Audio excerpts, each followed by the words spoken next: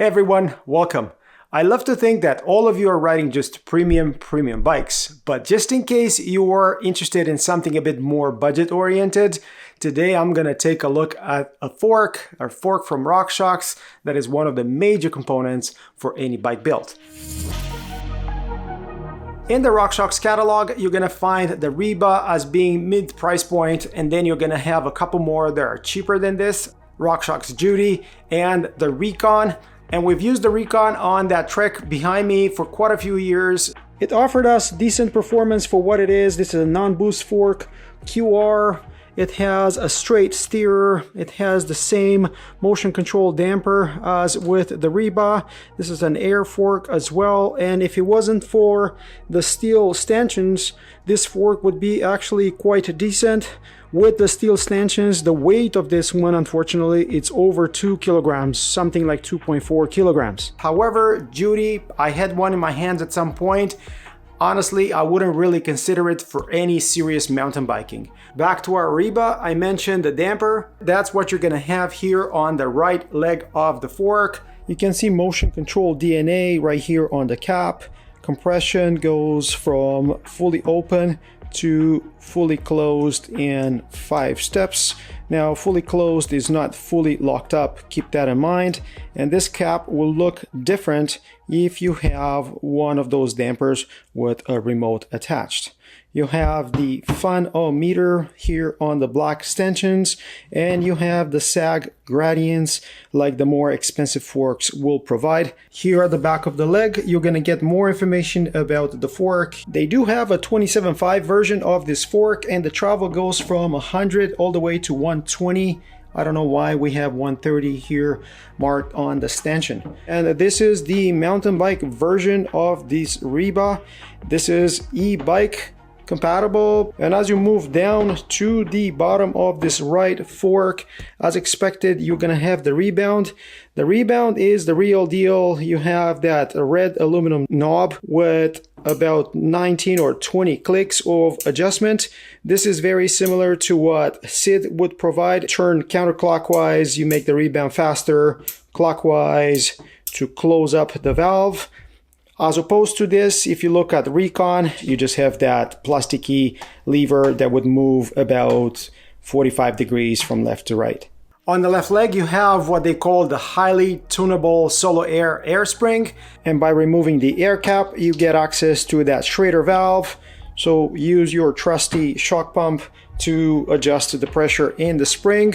What would you start with? Well, you have that sticker here at the back of the leg suggesting some pressure based on your weight. Also mentions e-bikes over here, but an even better idea is to go to their Trailhead webpage and plug in your information. That will be a good starting point for configuring your fork. If you use a cassette tool, you can remove that cap of the air spring and then play with the bottomless tokens. And that is something that I will highly recommend everyone to try when you are in the fine-tuning phase of your suspension. Moving down, you're gonna see the caliper post mounts. This takes 160 millimeter rotors by default. If you use bigger rotors, you're gonna need adapters. And what you're gonna see here is torque cap compatibility. That refers to these larger openings here. And if you have torque cap compatible end caps on your hubs together with these forks, you are supposed to get a stiffer front end on your bike. Never tried it. I'll be curious if you guys did. Let me know in the comments below. And one of the reasons why I went with that Recon on the older Trek is because the new REBAs only exist in boost. So that's 15 by 110 millimeter spacing.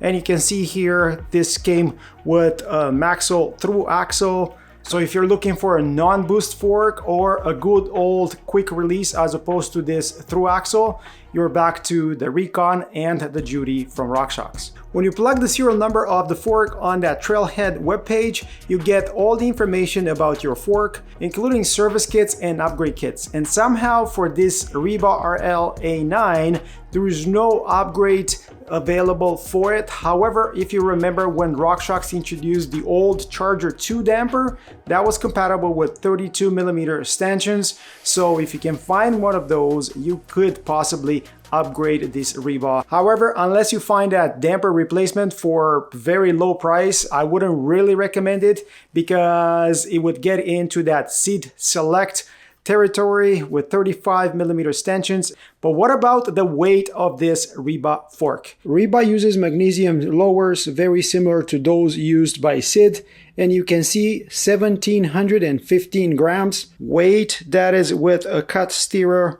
If I add a piece of a steerer here, here's your 1757. Now the spec for this is about 1670. I assume that is for a 27.5. And weight just with a 6-inch steer, you have the start nut installed and the through axle. That is 755 grams. And that's pretty much the weight of a SID Select, and it's about 350 grams lighter than a Fox 34 Performance that some would consider to be a better alternative to the REBA. Not to mention that if you find this as a fresh takeoff, this can be very competitive in price, probably comparable to something like Recon or the other fork Judy, but I think there is no comparison. This fork, it's a much better one. I will go for it even now in 2023 if I look for something that's lightweight and performs well. Mind you, we are light riders and the terrain that we have around here is not that gnarly.